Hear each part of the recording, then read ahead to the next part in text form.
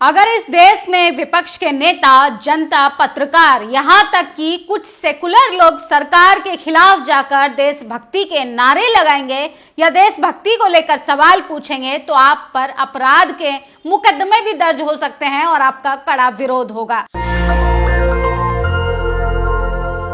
नमस्कार, मैं निधि रतन और आप देख रहे हैं नेशनल दस्तक। सोचिए, राष्ट्रवाद और देशभक्ति का सवाल करना अगर अपराध माना जाएगा तो इस देश में राष्ट्रभक्ति के नाम पर क्या बोला जाए। 2014 से आप देखेंगे पिछले 11 सालों में धर्म के नाम पर, जाति के नाम पर, लिंग के नाम पर न जाने क्या उलूल जुलूल बकवासें कर कर माहौल खराब किया जाता है और इस पर कोई सवाल पूछ दे तो भाजपाइयों को मिर्ची लगती है। सोचिए, सदन के अंदर अब आप अपने राष्ट्रीय और देश हित में सवाल नहीं पूछ सकते हैं, क्योंकि आपको अगर इस देश में रहना है तो जेएसआर के नारे लगाने पड़ेंगे और आप मुसलमान हैं तो आपको तो गारंटी के साथ लिखवा कर घूमना पड़ेगा कि आप मुसलमान हैं और इस देश में अपने मजहब को छोड़ के आप जेएसआर के नारे लगवाने के लिए मजबूरन नागरिक बन चुके हैं। सोचिए किस तरीके से विपक्ष को कहा जा रहा है कि अब आप देशभक्ति पर सवाल नहीं पूछ सकते हैं, देशभक्ति के सवालों को ना ही अपने उच्चारण में प्रयोग कर सकते हैं।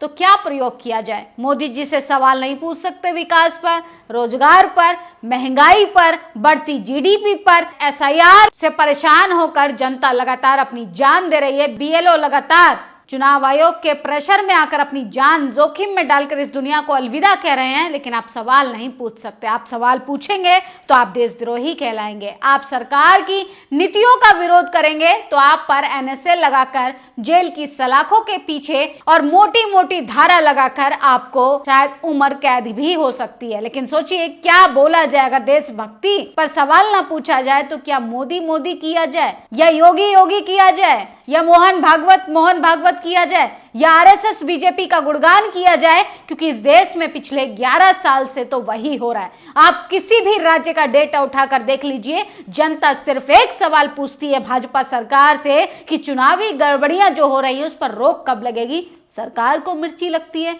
सवाल पूछो भाजपा सरकार से, यहां पर जवाब देता है चुनाव आयोग। सवाल पूछा जाता है चुनाव आयोग से तो भाजपाइयों के नेताओं को मिर्ची लगती है। ममता बनर्जी का सोशल मीडिया पर एक तेजी से वीडियो वायरल हो रहा है। सोचिए, मीडिया को फटकार लगाने के साथ साथ वो कहती है कि हम क्यों राष्ट्रीय हित में सवाल ना पूछे, हम क्यों वंदे मातरम ना बोलें, क्यों नहीं बोला जाएगा आखिर। सोचिए, इनको वंदे मातरम से दिक्कत है, इनको संविधान से दिक्कत है, इनको लोकतंत्र से दिक्कत है, इनको बाबा साहब से दिक्कत है, इनको बहुजन समाज से दिक्कत है, इनको एसटी एससी ओबीसी के आरक्षण से दिक्कत है, इनको बहुजन समाज के कॉलेज यूनिवर्सिटी में पढ़ने से दिक्कत है। तो आखिर इनको किस तरीके का विकास चाहिए, किस तरीके का ये विश्व गुरु बनाना चाहते हैं इस देश को कि हम दो और हमारे दो का विकास चाहते हैं। सोचिए, जय श्री राम और मोदी मोदी कहें, अगर वंदे मातरम ना कहें। कल तक वंदे मातरम, जय हिंद पर जो बड़े बड़े देशभक्ति के भाषण हुआ करते थे, अब उसी पर संसद में चुप रहने को कहा जा रहा है। आप सवाल नहीं पूछ सकते हैं। अमित शाह का वो बयान याद है, अरे इतना अम्बेडकर अम्बेडकर अम्बेडकर कर रहे हो, इतना प्रभु का नाम लिया होता तो स्वर्ग पहुंच गए होते। अरे अमित शाह जी, आप जो सदन के अंदर बैठकर बोल रहे हैं ना, ये भी संविधान की मेहरबानी है। एक चाय वाला देश का प्रधानमंत्री बन गया, ये भी संविधान की मेहरबानी है। सोचिए, इस देश में कल संविधान दिवस पर तमाम लोग माथे से संविधान को माथे से लगाने का प्रयास कर रहे थे, लेकिन संविधान को जब इम्प्लीमेंट करने की बारी आती है तो सबके हाथ पांव फूल जाते हैं, सबको सांप सूंघ जाता है। और किस तरीके से मोहन भागवत का गुणगान कर कर भाजपाइयों के तमाम चाटुकार नेता संविधान विरोधी फरमान जारी करते हैं। वहीं अगर बात करें किसानों की तो किसान, नौजवान, यहाँ तक कि देश का हर एक प्रत्येक नागरिक परेशान है।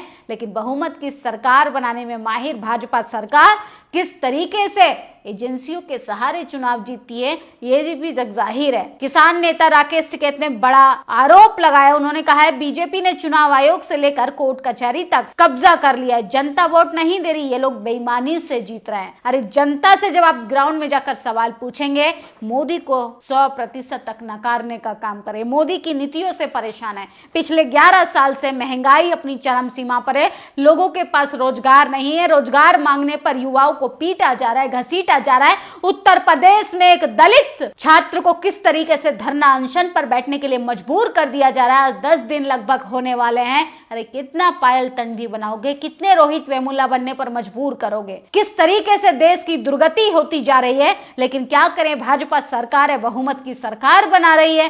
राकेश टिकैत ने बड़ा आरोप लगाया है कि ये सरकार जनता के वोट से नहीं बल्कि बेईमानी से चुनाव जीतने का काम कर रही है। वहीं बात करें बीएलओ की मौतों की, तो देश में 26 बीएलओ की मौत हो गई है। बीएलओ के सिर पर मौत का खतरा मंडरा रहा है। ये सब देखकर नरेंद्र मोदी, ज्ञानेश कुमार, सिर का पानी शर्म से झुक जाना चाहिए। देश में डेडली एसआईआर हो रहा है, लेकिन बीजेपी के नेता फालतू की बातों को मुद्दा बनाना चाहते हैं, जबकि देश में 26 बीएलओस की मौत का जवाब मांगा जा रहा है। नरेंद्र मोदी, ज्ञानेश कुमार को बीएलओस की मौत का जवाब देना चाहिए। तो ये सोशल मीडिया डिजिटल प्लेटफॉर्म की चेयरपर्सन सुप्रिया श्रीनेत ने सवाल उठाया है। उनका ये बयान सुनिए। मैं यहाँ पर फालतू में बीजेपी के मूर्खाधिजाजों की तरह आपको फोटो नहीं दिखाऊंगी। मैं आपको सिर्फ एक तस्वीर दिखाऊंगी और उस तस्वीर को देखकर इस देश की आंखें नम होनी चाहिए। ज्ञानेश गुप्ता और नरेंद्र मोदी का सिर शर्म से झुकना चाहिए। 26 बीएलओ की मौत हुई। मौत का मंजर हमारे बीएलओ के सिर पे मंडरा रहा है। एक डेडली एसआईआर हो रही है। यह तस्वीर मायने रखती है। मैं फिर पूछूंगी आपसे, फालतू के मुद्दे उठाकर मूर्खता में आप मुद्दा बनाने की कोशिश जो कर रहे हैं वो बिल्कुल विफल प्रयास है। ये मुद्दा नहीं बन सकता है, क्योंकि ट्विटर ने खुद क्लैरिफाई किया है, उनके प्रोडक्ट हेड ने किया है, उनके अकाउंट्स पे क्लैरिफिकेशन है। जिन अकाउंट्स का आप हवाला दे रहे हैं, हमारे जिन नेताओं का आपने नाम लिया, मैंने पवन जी की बात करी, उन्होंने क्लैरिफाई किया वो वीपीएन यूज करते। अगर थोड़ा पढ़ लेते तो ये मूर्खों की प्रेस कॉन्फ्रेंस ना करते। ये कॉमेडी शो मत बनाइए इस देश को। ये 140-145 करोड़ का देश आपसे जवाब चाहता है। ये सोशल मीडिया पर लोग आपसे सवाल पूछते हैं, उन सवालों का आपके पास जवाब नहीं है। राहुल गांधी जी आपकी बखिया उधेड़ते हैं, आपकी कलई खोलते हैं, और आपके पास काम सिर्फ रह गया डिस्क्रेडिट करने का। मैं आप सब लोगों से कहूंगी, ट्विटर अकाउंट भूल जाइए, ये तस्वीरें देखिए। इन तस्वीरों का जवाब नरेंद्र मोदी और ज्ञानेश गुप्ता दे, बाकी सारी बातें बेमानी है। तो सुना आपने बयान, सोचिए आपकी जान की क्या कीमत है जनाब। सरकार को अपनी कुर्सी बचाना बेहद जरूरी है। वहीं बात करें बुलंदशहर में, तो मंदिर में पूजा करने गई एक महिला को उसके पड़ोसी ने अंदर से बंद कर दिया। जब पति ने ताला तोड़ने की कोशिश की तो उसे भी रोक दिया। ये घटना जंगीराबाद थाने मोहल्ला रोगन ग्राम की है। पीड़ित महिला ने पुलिस से इंसाफ की गुहार लगाई है। तो गुंडागर्दी भी अपनी चरम सीमा पर है। और भोपाल में एसआईआर के विरोध में यूथ कांग्रेस जो है वो लगातार सड़कों पर उतर रही है, पर जवाब देने के बजाय सरकार पानी की बौछारों से डर मिटा रही है। डर किस बात का है सरकार? सवालों से या युवाओं की ताकत से? जीतू पटवारी से लेके कांग्रेस के तमाम दिग्गज नेता एक ही सवाल पूछ रहे हैं, अगर आपने चोरी नहीं की है, जनता आपको अगर दिल से चाह रही है, जनता आपको आप पर प्यार लुटा रही है, तो आप एक बार बैलेट पेपर से चुनाव करा लीजिए। दूध का दूध और पानी का पानी हो जाएगा। सोचिए बिहार जीतते ही किस तरीके से भाजपा के गृह मंत्री ने बुलडोजर चलाना चालू कर दिया। अरे उत्तर प्रदेश में बुलडोजर चल रहा है, राजस्थान में बुलडोजर चल रहा है, एमपी में बुलडोजर चल रहा है। बिहार जैसे ही जीते, सोचिए गरीबों पर बुलडोजर चलना चालू हो गए। ये है इनका विकास। और यूपी के बरेली में बीएलओ सर्वेश गंगवार की हार्ट अटैक से मौत हो गई। परिजन बोले अधिकार लगातार टॉर्चर कर रहे थे, गाली दे रहे थे। देश की दुर्गति में जितना सरकार का हाथ है ना, उतना ही मीडिया का। अगर मीडिया ने अपनी रीढ़ की हड्डी को सीधा कर कर सवाल पूछा होता तो आज देश के हालात ऐसे नहीं होते हैं। यूपी लखनऊ कांग्रेस के कार्यकर्ता एसआईआर मुद्दे को लेकर चुनाव आयोग के दफ्तर पर प्रोटेस्ट करने पहुंचे। पुलिस आई, उन कार्यकर्ताओं को रोका, बस में भरकर ले गई। कितने बीएलओ की जाने जा रही हैं। आपको प्रोटेस्ट से फर्क नहीं पड़ रहा, आपको आंदोलन से फर्क नहीं पड़ रहा, आपको सवालों से फर्क नहीं पड़ा, और आप कह रहे हैं कि वंदे मातरम सदन के अंदर ना बोला जाए। तो क्या बोला जाए? जय श्री राम, मोदी की जय जयकार करें, मोहन भागवत की जय जयकार करें, योगी आदित्यनाथ, अमित शाह की जय जयकार करें। अरे आपको शर्म आनी चाहिए। आप जनता की सेवा के लिए उस पद पर बैठे हैं। आपको जनता के विकास के लिए आपको चुना गया है, ना कि आपको भगवान बनने के लिए चुना गया है। आपने किस तरीके से आस्था का, धर्म का, सबका मजाक बना के रख दिया है,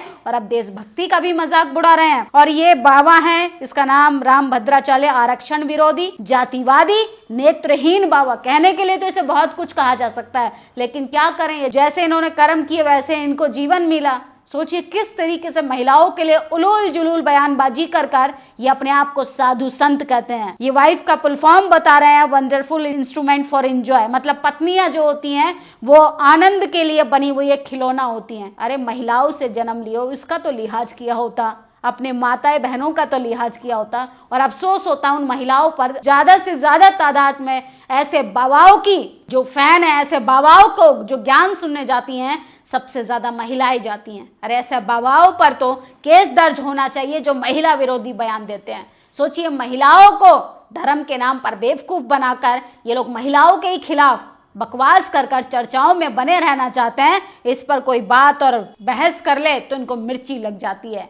ये लोग गुंडागर्दी करते हैं, ये लोग गाली गलौज करते हैं, ये लोग मारने की धमकी देते हैं, ये लोग चैनल बंद कराने की धमकी देते हैं। और अब तो अति हो गई है कि आप सदन के अंदर वंदे मातरम नहीं बोल सकते, देशभक्ति पर सवाल नहीं पूछ सकते। अगर आपको इस देश में रहना है तो मोदी मोदी कहना है या जय श्री राम कहना है। मुझे तो ऐसा लगता है कि भाजपाइयों ने ये ठान लिया है, जनता का विकास जाए भाड़ में, हमें तो इतिहास के पन्नों में भगवान बनना है। आप लोगों की क्या प्रतिक्रिया, अपनी राय जरूर दीजिएगा। शुक्रिया। नेशनल दस्तक की आपसे गुजारिश है कि अगर इसको बचाना चाहते हैं तो नेशनल दस्तक को सब्सक्राइब करने के लिए रेड कलर के सब्सक्राइब बटन को दबाएं, फिर बेल आइकन की घंटी दबाएं। नेशनल दस्तक को बचाने के लिए बहुत जरूरी है कि हर खबर को शेयर करें, लाइक करें, कमेंट जरूर करें।